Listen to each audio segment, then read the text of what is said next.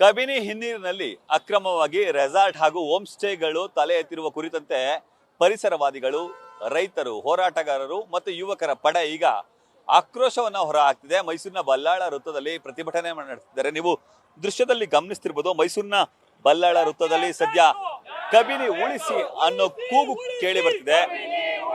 ಗಂಧದ ಗುಡಿ ಫೌಂಡೇಶನ್ ವತಿಯಿಂದ ಸದ್ಯ ಕಬಿನಿ ಉಳಿಸಿ ಅಭಿಯಾನ ನಡೀತಿದೆ. ರೆಸಾರ್ಟ್ಗಳಿಂದ ಕಬಿನಿಯನ್ನ ಉಳಿಸಿ ಎಂಬ ಕೂಗು ಈಗ ಜೋರಾಗಿದೆ. ಕಾಡು ಪ್ರಾಣಿಗಳೇ ಅರಣ್ಯಾಧಿಕಾರಿಗಳಿಗೆ ಮನವಿಯನ್ನ ನೀಡುವಂತಹ ಒಂದು ಪೋಸ್ಟರ್ ಅನ್ನ ಬಿಡುಗಡೆ ಮಾಡಲಾಗಿದೆ. ಆ ಪೋಸ್ಟರ್ ಮೂಲಕ ಅರಿವನ್ನ ಮೂಡಿಸುವಂತ ಕೆಲಸಕ್ಕೆ ಮುಂದಾಗ್ತಿದ್ದಾರೆ. ಇನ್ನು ಅಧಿಕಾರಿಗಳ ವಿರುದ್ಧ ಕೂಡ ಧಿಕ್ಕಾರ ಘೋಷಣೆ ಕೂಗ್ತಿದ್ದಾರೆ. ನೀವು ದೃಶ್ಯದಲ್ಲಿ ಗಮನಿಸ್ತಿರ್ಬೋದು.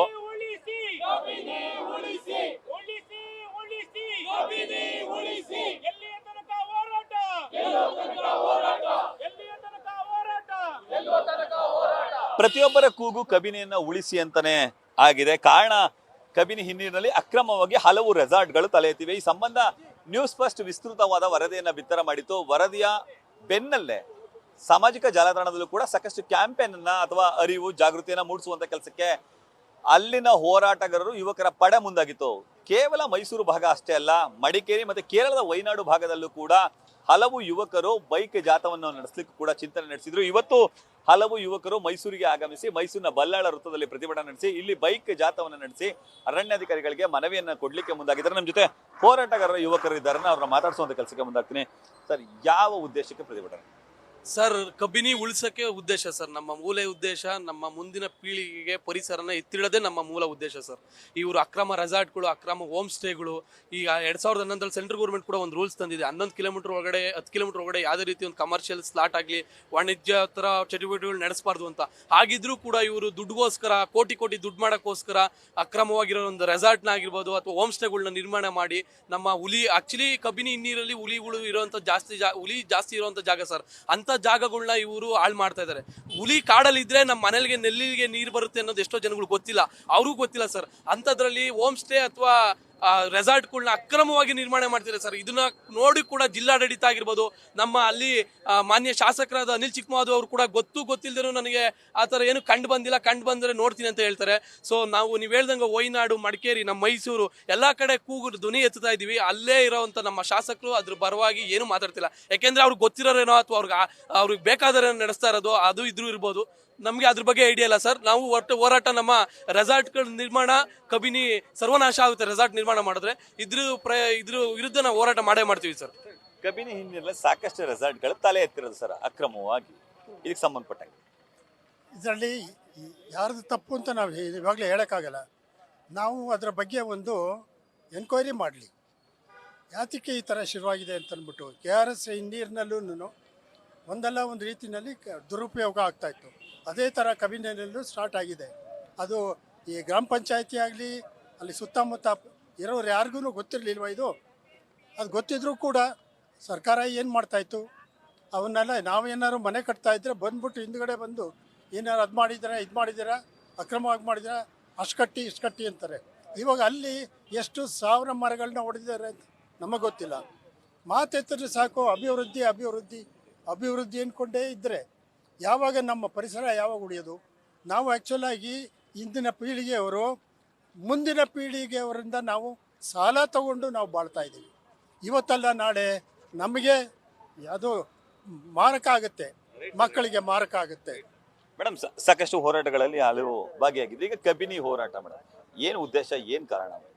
ಅಲ್ಲ, ಏನು ಮಾಡ್ತಾ ಇದ್ದಾರೆ ನಮ್ಮ ಅಧಿಕಾರಿಗಳು ಅಂತ ಗೊತ್ತಾಗ್ತಾ ಇಲ್ಲ. ದಿನದಿಂದ ದಿನಕ್ಕೆ ಹೆಚ್ಚಾಗ್ತಾ ಇದೆ. ಮೊದಲು ನಮ್ಮ ಮೈಸೂರು ನಗರದಲ್ಲಿ ಉದ್ಯಾನವನಗಳನ್ನ ಹಾಳು ಮಾಡ್ತಾ ಕೂತ್ರು. ನಂತರ ಚಾಮುಂಡಿ ಬೆಟ್ಟದ ತಪ್ಪಲಲ್ಲಿ ಅದು ಇದು ಮಾಡೋಕ್ಕೆ ಅಂತ ಹೊರಟಾಗ ನಾವು ಹೋರಾಟ ಮಾಡಿ ನಿಲ್ಲಿಸ್ತಾ ಇದ್ದೀವಿ. ಆದರೆ ಈಗ ನಾವು ಮಾಧ್ಯಮದಲ್ಲಿ ಮುಖಾಂತರ ಈಗ ಒಂದು 6 ತಿಂಗಳಿಂದ ನೋಡ್ತಾ ಇದ್ದೀವಿ, ಕಬಿನಿ ಬ್ಯಾಕ್ ವಾಟ್ರಲ್ಲಿ ಈ ಥರ ಇಷ್ಟೊಂದು ರೆಸಾರ್ಟ್ಗಳು ಕಟ್ತಾ ಇದ್ದಾರೆ. ಇದಕ್ಕೆ ಯಾರು ಅನುಮತಿ ಕೊಟ್ಟಿದ್ದಾರೆ?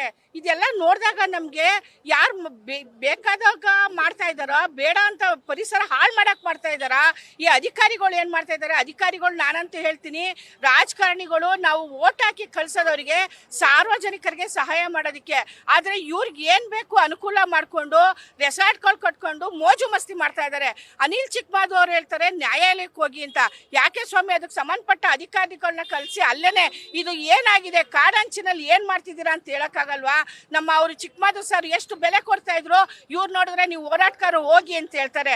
ಮತ್ತೆ ನಮ್ಮ ಮಾಧ್ಯಮದಲ್ಲೇ ನೋಡಿದ್ದೀನಿ, ಶಿವರಾಜ್ ಕುಮಾರ್ ಅವ್ರು ಹೇಳ್ತಾರೆ ಇಲ್ಲೊಂದು ರೆಸಾರ್ಟ್ ಇದೆ, ತುಂಬಾ ಚೆನ್ನಾಗಿದೆ, ಬಂದು ಇಲ್ಲಿ ಎಂಜಾಯ್ ಮಾಡ್ಕೊಂಡು ಹೋಗಿ ಅಂತ ಹೇಳ್ತಾರೆ. ನಮ್ಮ ನಟ ಶಿವರಾಜ್ ಕುಮಾರ್ ಅವ್ರು ಈ ತರ ಹೇಳದ? ಅವ್ರ ತಂದೆ ನಮ್ಮ ಡಾಕ್ಟರ್ ರಾಜ್ಕುಮಾರ್ ಅವರು ಯಾವ ರೀತಿ ಗಂಧದ ಗುಡಿ ಫಿಲಂ ತೆಗ್ದಾಗ ಹೇಗೆ ಉಳಿಸ್ಬೇಕು ಅಂತ ಹೇಳಿದ್ದಾರೆ. ಯಾಕೆ ನಮ್ಮ ಪ್ರಕೃತಿನ ನಾಶ ಮಾಡಕ್ ಕೊಡ್ತಿದ್ದಾರೆ ಅಧಿಕಾರಿಗಳು? ನಾವು ಇತ್ತೀಚಿನ ದಿನಗಳಲ್ಲಿ ಹೋರಾಟ ಮಾಡ್ತಾನೆ ಇದ್ದೀವಿ, ನ್ಯಾಯ ಸಿಗ್ತಾ ಇಲ್ಲ. ಹಾಗಾಗಿ ನಾವ್ ಏನ್ ಹೇಳ್ತೀವಿ ಅಂತ ಹೇಳಿದ್ರೆ ಕಬಿನಿ ಎಲ್ಲಾ ಕಡೆನೂ ರಕ್ಷಿಸಬೇಕು ಪರಿಸರನ ಅಂತ ಈ ಸಂದರ್ಭದಲ್ಲಿ ಹೇಳಕ್ ಇಷ್ಟಪಡ್ತೀವಿ. ಸರ್, ಇವತ್ತು ಒಂದು ಹೋರಾಟಕ್ಕೆ ಕರೆ ಕೊಟ್ಟಿದ್ರಿ ಸರ್, ಈ ಮುಂದಿನ ಸ್ವರೂಪ ಹೇಗಿರುತ್ತೆ ಇದು? ಮುಂದಿನ ಸ್ವರೂಪ ಅಂದರೆ ನಮ್ಮ ಪತ್ರಿಕಾ ಮತ್ತು ಎಲ್ಲ ಮೀಡಿಯಾಗಳು ಕೈ ಜೋಡಿಸ್ಬೇಕು, ಎಲ್ಲ ಜನರು ಮುಂದೆ ಬರಬೇಕು. ಇದು ಒಬ್ಬರಲ್ಲ, ಇಲ್ಲಿ ಬಂದು 50-100 ಜನ ಮಾಡೋದಲ್ಲ, ಇಡೀ ಮಾನವ ಕುಲನೇ ಎಚ್ಚೆತ್ಕೊಳ್ಬೇಕು. ಇನ್ನು ಎಚ್ಚೆತ್ಕೊಳ್ಳಿಲ್ಲ ಅಂದರೆ ವಿನಾಶ ಖಂಡಿತ. ನಮ್ಮ ಬ್ಯಾಕ್ ವಾಟರ್ಸ್ ಆ್ಯಕ್ಚುಲಿ ಏನಾಗುತ್ತೆ, ನಮ್ಮದು ಯಾವುದೇ ರಿಸರ್ವಾಯರ್ ಕಟ್ಟಿದಾಗ ಆ ರಿಸರ್ವಾಯರಿಂದ ಬ್ಯಾಕ್ ವಾಟರ್ ಸ್ಪ್ರೆಡ್ ಏನು ಬರುತ್ತೆ ಎಲ್ಲನೂ ಅಕ್ವೈರ್ ಮಾಡ್ಕೊಂಡಿರ್ತಾರೆ ಇರಿಗೇಷನ್ ಡಿಪಾರ್ಟ್ಮೆಂಟು. ಇದು ಯಾವುದೇ ಒಬ್ಬ ವೈಯಕ್ತಿಕವಾಗಲಿ ಯಾವುದೇ ಒಬ್ಬ ಪ್ರೈವೇಟ್ ಪ್ರಾಪರ್ಟಿ ಓನ್ ಅಲ್ಲ, it is the property of the government. ಅದನ್ನು ಫೆನ್ಸ್ ಮಾಡಿ ಪ್ರೊಟೆಕ್ಟ್ ಮಾಡೋದು. ಮೊನ್ನೆ ಮೀನಾಕ್ಷಿಪುರದ ಹತ್ರ 3 ಜನ ಮಕ್ಕಳು ಈಜಾಡಕ್ಕೆ ಬಂದು ಸತ್ತಿದ್ದಾರೆ. ಅದಕ್ಕೆ ಕಾರಣ ಏನು? ಅದನ್ನು ಯಾರು ಅಲೋ ಮಾಡಿದ್ರು? ಯಾವುದೇ ಮೀನಾಕ್ಷಿಪುರನೇ ಆಗಲಿ ಯಾವುದೇ ಆಗಲಿ, back water is the property and the buffer zone is the property of the government. That is to be protected by the concerned authority, the irrigation department ಮಾಡಬೇಕು. ಇದು ಅವ್ರ ಕರ್ತವ್ಯ. ಇದನ್ನ ನಾವೇನು ಹೇಳ್ತೀವಿ, ಮೊನ್ನೆ ಮೀನಾಕ್ಷಿಪುರಕ್ಕೂ ಕ್ಲೀನ್ ಮಾಡಿದಾಗ ಅಲ್ಲಿ ಇರೋಷ್ಟು ನೀರು ಕೆ ಆರ್ ಎಸ್ಗೆ ಅಷ್ಟು ಪೊಲ್ಯೂಷನ್. ಕೆ ಆರ್ ಎಸ್ ನೀರು ಈಗ ನಮಗೆ ಮಂಡ್ಯ, ಬೆಂಗಳೂರು ಎಲ್ಲದಕ್ಕೂ ಹೋಗ್ತಾ ಇದೆ.